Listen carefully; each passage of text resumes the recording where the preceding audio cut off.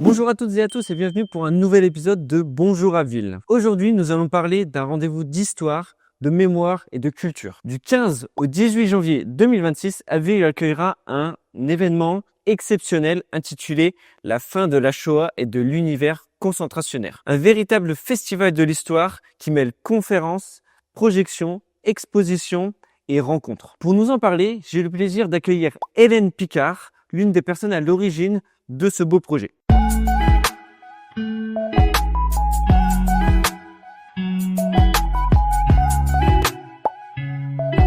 Bonjour Hélène. Bonjour Pierre.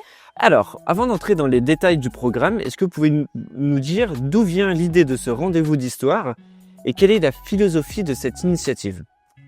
Alors, ce rendez-vous d'histoire, c'est depuis 10 ans maintenant, j'ai créé le club mémoire au collège Millevoye. Ok. Donc, c'est un des élèves de 3e volontaire qui travaille sur le devoir de mémoire et qui prépare le concours national de la résistance et de la déportation. D'accord. Donc, les projets d'année en année, ils ont grossi. J'ai travaillé avec les archives municipales Éric Berriailly. Là, maintenant, je travaille aussi en binôme avec mon collègue d'art plastique. Donc, on fait des productions, des films, des expos, etc. Et il y a 2 ans, j'ai appelé Ginette Kolinka. Oui. Et j'ai trouvé ça dommage qu'elle ne vienne sur Abbeville que pour témoigner devant mes élèves. Donc, j'avais appelé Éric Berriailly pour qu'elle témoigne aussi devant le grand public. Oui. Chose qui s'est faite. Tout à fait. On a passé 2 jours formidables. Et j'avais envie de refaire un événement comme celui-là. Et j'avais aussi, depuis quelques années, l'idée de créer comme les rendez-vous de l'histoire de Blois, D'accord, oui. de le faire sur Abbeville, de façon un peu plus modeste.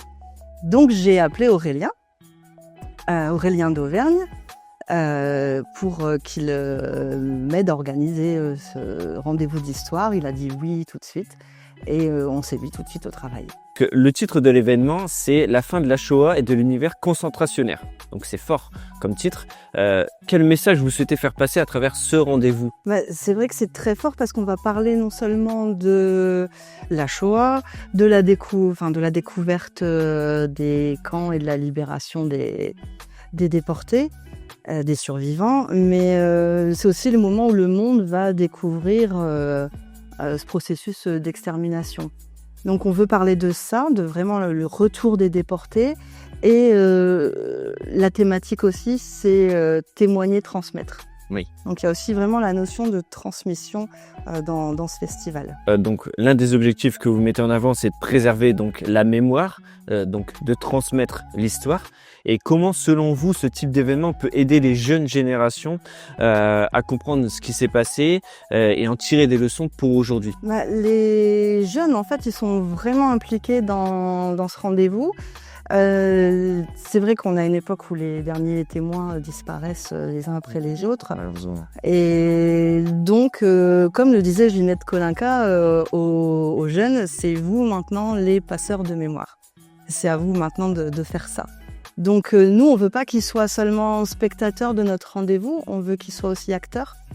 Donc c'est pour ça qu'ils ouvrent ce rendez-vous avec nous le jeudi soir en parlant de leur expérience. Ok. C'est-à-dire, on va essayer de réunir des jeunes qui ont travaillé maintenant ou il y a quelques années sur le devoir de mémoire pour qu'ils échangent leur expérience et puis pour qu'ils expliquent aussi ce que ça a pu leur apporter.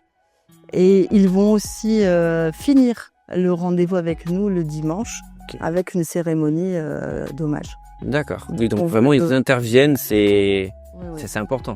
Oui, c'est très important. C'est important que ce soit la jeunesse qui s'empare du sujet. Tout à fait. Il y a aussi cette volonté de dialogue et de réflexion. On parle d'un moment de partage, d'échange, de questionnement. Concrètement, comment ça va se traduire pendant ces 4 jours? Parce que du coup, donc ça dure 4 jours. Ça dure 4 jours. Les moments d'échange, il y en aura forcément plusieurs. Ouais. Donc déjà, comme je vous l'ai dit, avec les jeunes. Aussi, à la fin de chaque conférence, il y aura un moment de questions, réponses, d'échanges d'expériences, etc. avec les conférenciers.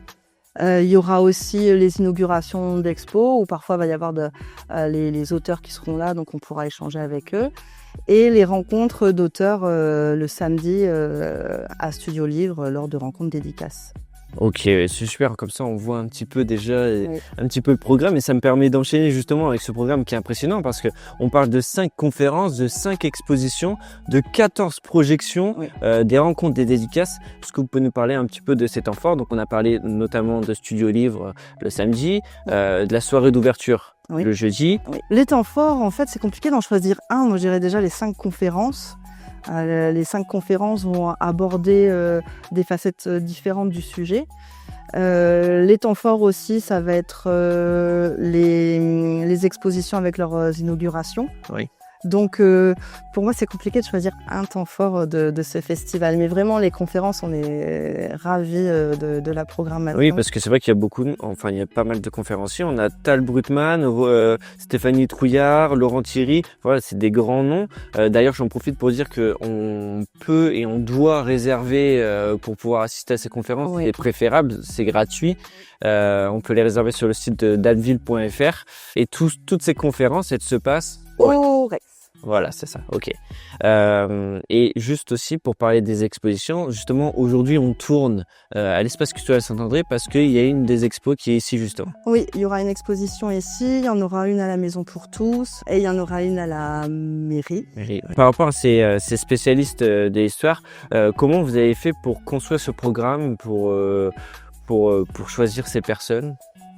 Ça s'est fait assez naturellement. Aurélien et moi, on a eu la grande chance que tout le monde nous dise oui tout de suite. Donc, c'est vraiment les gens qu'on avait envie de faire venir et qui sont assez complémentaires. On a Tal Brutman qui va venir nous parler de la Shoah à travers l'image. Okay. Donc, l'analyse de photos prises sur les différents camps et notamment à Auschwitz. Donc, c'est vraiment la source, l'image. On va avoir Roger Fanzilbert qui va nous parler de son père Alter, qui a été déporté à Auschwitz et qui était Sonderkommando, c'est-à-dire un des juifs qui avait la lourde tâche de faire les sales besognes, comme prendre les corps des chambres pour aller les mettre dans les fours crématoires. Et Alter, il a tout écrit en 1945 en sortant des camps sur des petits cahiers d'écoliers. Et un témoignage fort. Un témoignage très fort et un témoignage direct. Il a presque tout écrit d'une traite et vraiment à la sortie des camps. Donc c'était vraiment son ressenti sur le moment avec des souvenirs très frais. Et Roger a écrit, en fait, il a eu le courage à un moment donné de lire les cahiers et avec un historien, Alban Perrin, ils ont écrit un livre tous les deux sur ce témoignage. Okay. Donc Roger va venir nous parler de son père. Et là, on est vraiment aussi au cœur de la thématique avec cette notion de témoignage et de transmettre. Oui. Ensuite, on va avoir Laurent Thierry qui va venir nous parler du retour des déportés. Ça, c'est la conférence du samedi matin. Okay. Donc, c'est la même chose. On est en plein dans la thématique quand ils rentrent, quand ils doivent se réapproprier leur vie après avoir vécu des choses horribles. Et puis l'après-midi, on va avoir Stéphanie Trouillard qui est, elle, plutôt journaliste et qui fait des web documentaires et qui est aussi autrice de BD, comme Le Sourire d'Auschwitz, qui a eu pas mal de succès et qui va venir nous parler de parcours de femmes pendant cette période. Okay. Et enfin, Delphine Barré, qui est une historienne et qui va nous parler du destin de Jacqueline Mény-Lamar, qui est une juive pendant la Seconde Guerre mondiale, qui est résistante. Son mari va être déporté. Elle va écrire un journal intime sur tout ce qu'elle ressent quand elle est dans l'attente de savoir ce que devient son mari.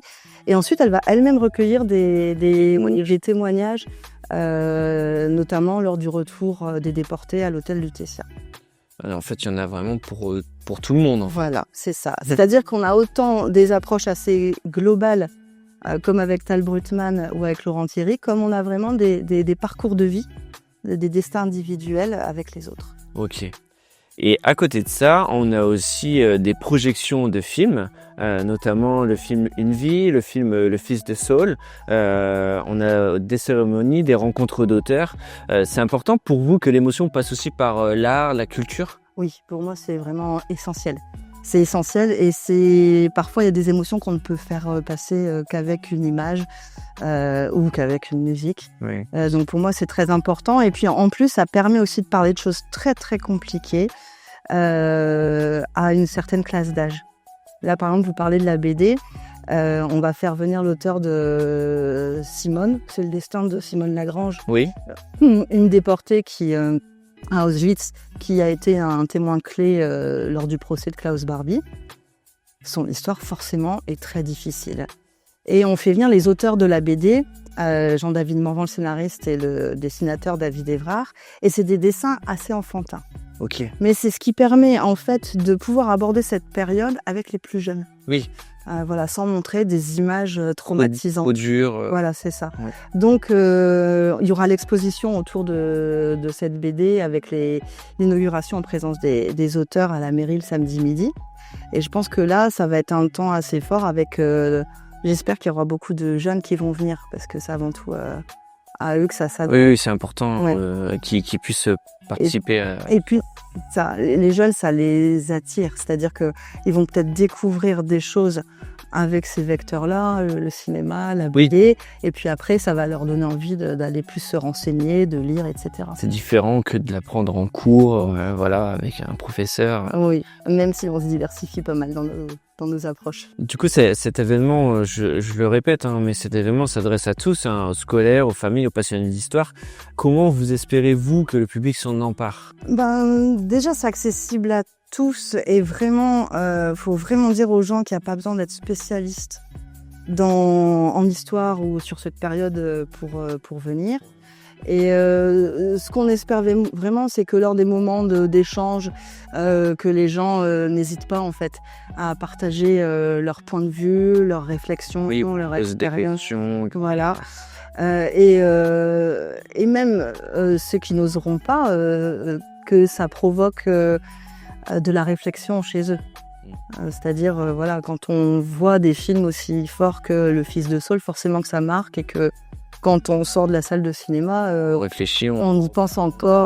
Voilà. Ouais. Donc, la mémoire, c'est une responsabilité collective. Donc, c'est pour ça qu'on essaye vraiment que ce soit quelque chose qui réunisse tout le monde. C'est prometteur, en tout cas. Du coup, sur toutes ces belles paroles, je pense qu'on peut terminer. J'aurais juste à vous demander si vous aviez une seule bonne raison pour les Avillois de venir participer à ce rendez-vous d'histoire, quelle serait-elle? Et si peut-être vous pourriez vous adresser à la caméra pour vous adresser directement aux personnes qui regardent. Oui, moi je pense que là on a la chance de faire venir sur Abbeville des professionnels sur cette question, des gens qui ont travaillé dessus depuis très longtemps, c'est une grande chance. Il y en aura pour tous les âges, pour tous les goûts. Donc, on espère vous voir nombreux. Merci beaucoup Hélène d'avoir été avec nous. Alors moi, je vais rappeler juste les dates. C'est du 15 janvier au 18 janvier 2026, c'est bien ça? Oui.